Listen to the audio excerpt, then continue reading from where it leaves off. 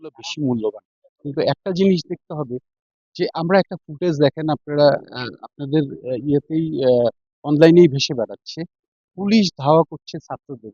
কিন্তু পিছন থেকে এই আন্দোলনকারীদের একজন এসে মাথায় গুলি করছে। এবং দেখেন ঢাকা মেডিকেলে যতগুলো লাশের ময়নাতদন্ত হয়েছে সবগুলোই একদম মাথায় গুলি করা, ঠেকিয়ে গুলি করার মতো রিপোর্ট বের হচ্ছে।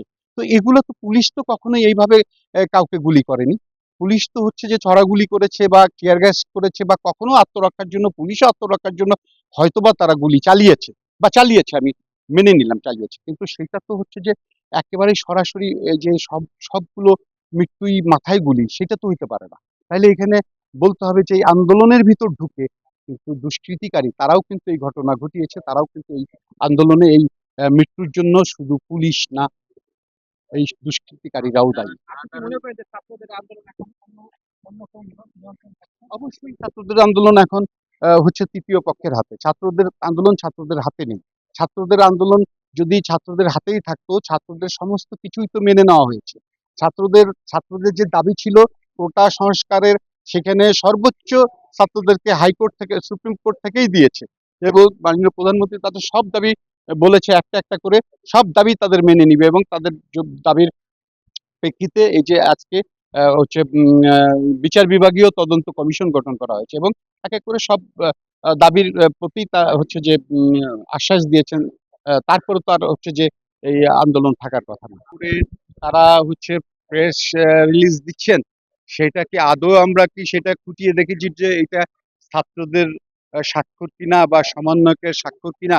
আমরা কিন্তু আদৌ সেটা জানি না। আবার হচ্ছে সমন্বয়ক কিন্তু সারা বাংলাদেশেই ছিল।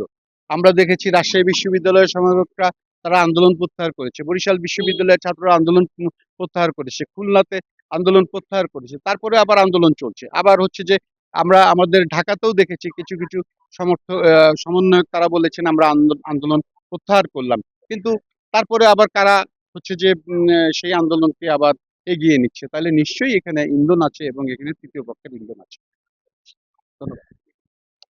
লোক আর যেই অঙ্গনেরই লোক হোক, তারা আসলেই হচ্ছে যে তৃতীয় শক্তি এবং তারা, আমি মনে করি জামাত শিবিরের দোসর তারা।